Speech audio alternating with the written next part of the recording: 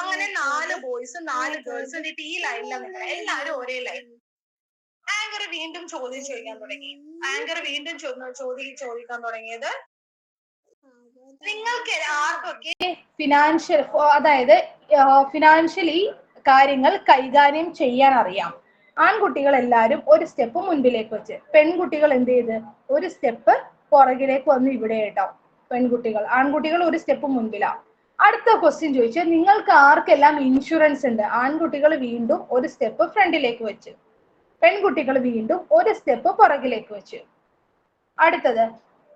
അടുത്ത ക്വസ്റ്റ്യൻ ചോദിച്ചാണ് നിങ്ങൾക്ക് എത്ര പേർക്ക് ഫിനാൻഷ്യൽ കാര്യങ്ങൾ കൈകാര്യം ചെയ്യുമ്പോൾ പേടിയുണ്ട്? ആൺകുട്ടികൾ പേടിയില്ല, ആൺകുട്ടികൾ എന്ത് ചെയ്തു അവർക്ക് പേടിയില്ല എന്ന് പറഞ്ഞു. പെൺകുട്ടികൾക്ക് എന്ത് ചെയ്ത് പേടിയുണ്ടെന്ന് പറഞ്ഞു. അവര് പുറകിലേക്കായി, ഫ്രണ്ടിലായി. അതായത് ഇപ്പൊ ആൺകുട്ടികൾ ഇവിടെയും പെൺകുട്ടികൾ ഇവിടെയാണ് നിൽക്കുന്നത്. നിങ്ങൾ ഈ ഗ്യാപ്പ് കണ്ട?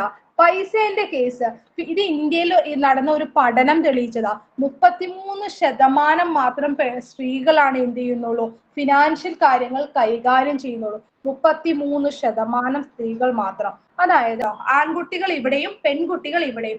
ഈ ഗ്യാപ്പാണ്. 33% സ്ത്രീകളാണ് ഇന്ത്യയിൽ ഒരു പഠനം നടത്തിയത് എന്ത് ചെയ്യുള്ളൂ, ഫിനാൻഷ്യലി സ്വന്തമായി കാര്യങ്ങൾ കൈകാര്യം ചെയ്യുന്നു. കാരണം എന്താ? ഈ ഒറ്റ കാരണം കൊണ്ടാണ്